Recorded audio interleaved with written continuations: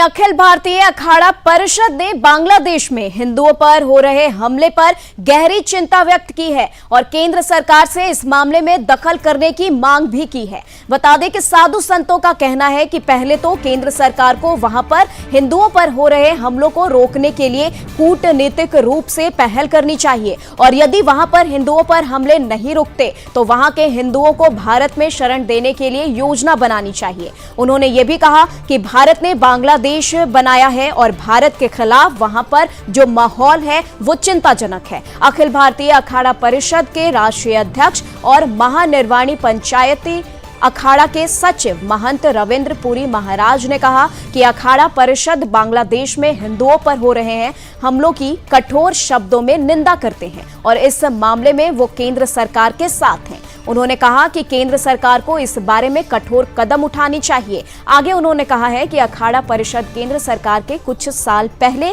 बनाए गए उस अध्यादेश और नियम का समर्थन करती है जिसमें बांग्लादेश, पाकिस्तान और अन्य देशों में रहने वाले हिंदुओं, जैन, सिख, बौद्ध को भारत आने और उन्हें भारत की नागरिकता देने का प्रावधान किया गया था। आज इस कानून और नियम की बहुत जरूरत है, ये बांग्लादेश की घटना ने साबित कर दिया है।